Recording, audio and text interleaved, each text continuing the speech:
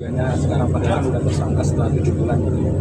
Ya, dibilang bukan bahagia ya, tapi kan memang harus tersangka karena kan memang sudah jelas alat bukti dari saksi itu bukan 1-2 orang loh.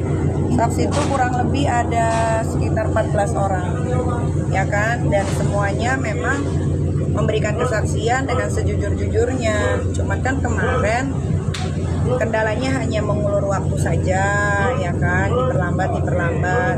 Terus ada juga beberapa kalender yang hari libur dan lain-lain, ya gitu. Tapi proses penahanannya cuma 20 hari, Ami gimana, Ami?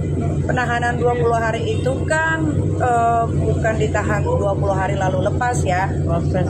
Itu kan proses nanti berjalan ketika nanti, karena kan gue pernah berurusan dengan hukum ya.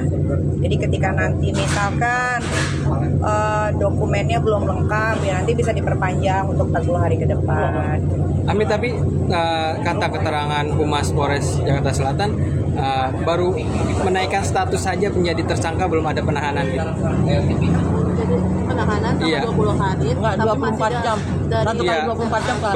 Baru menaikkan status saja sebagai tersangka. Ya itu coba tanya sama Ibu Nurma, Kabid Humas Polres Jaksel.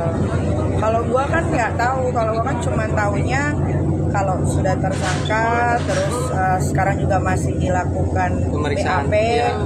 ya hanya itu aja. Niki, keluarga Fadel sendiri merasa kok akhirnya jadi seperti ini gitu loh. Buat kamu sendiri gimana, Niki? Kalau keluarganya Kang Semir bilang kok akhirnya jadi seperti ini, juga saya bingung ya, karena kan memang anaknya yang melakukan.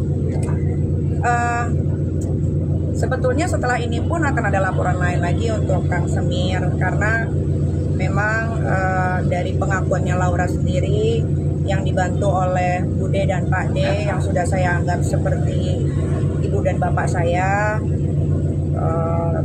dengar ceritanya pengakuan Laura yang saya juga dengar bahwasannya bukan hanya soal yang saya laporkan, tapi ada juga kekerasan, ada juga. Gue kalau ngomongin itu tuh gue mau nangis gitu, karena Laura itu anak perempuan gue semata wayang yang dari perut melahirkan, membesarkan sendiri pakai tangan gue sendiri. Laura itu bukan anak durhaka. Saya tidak pernah menelantarkan Laura. Laura saya sekolahkan di UK atas jeripayah dia sendiri dengan tes yang dia lakukan sampai akhirnya dia diterima. Jadi kalau ada yang bilang menelantarkan, itu tidak pernah. Mungkin Laura memang nakal, tapi nakalnya sewajarnya anak-anak seumuran dia. Selama dia masih ada di genggaman saya. Tapi kan Laura ini menjadi seperti ini sebelumnya, yang kacau segala macam, itu kan karena orang-orang yang tidak suka sama saya memakai anak saya untuk against me, melawan saya, ya kan. Nah, ketika saya mendengarkan cerita anak saya Laura seperti itu, hati saya tersayat-sayat. Ternyata dia untuk makan saja harus nunggu transferan dari keluarganya Kang Semir, karena segala apapun penghasilannya Laura dari endorse dan lain-lain itu masuk ke rekeningnya Martin.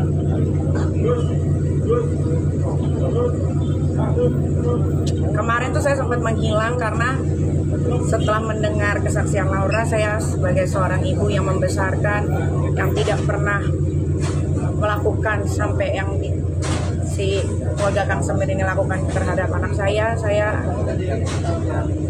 kalau nggak ada hukum mungkin udah selesai gitu. Tapi karena ini ada hukum, jadi biar proses hukum aja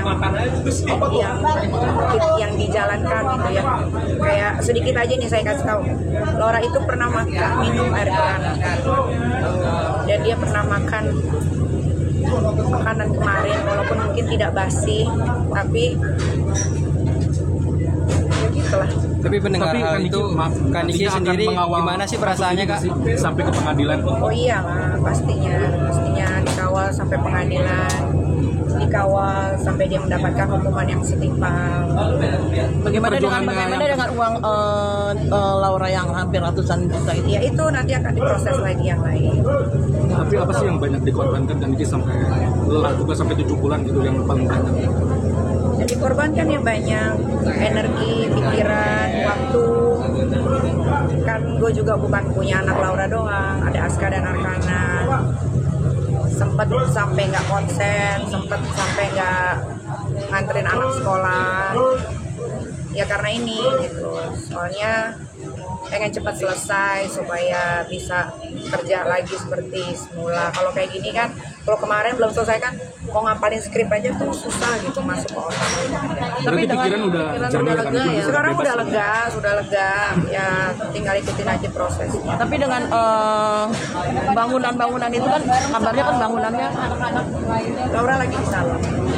Niki kan soal bangunan itu kan katanya mau dirobohkan, itu gimana kan? Dirobohkan, tetap akan dirobohkan. Kapan tuh Mbak kira-kira? Ya tunggulah. Umi, Fadel dikenakan undang-undang perlindungan anak minimal 15 tahun seperti apa Umi?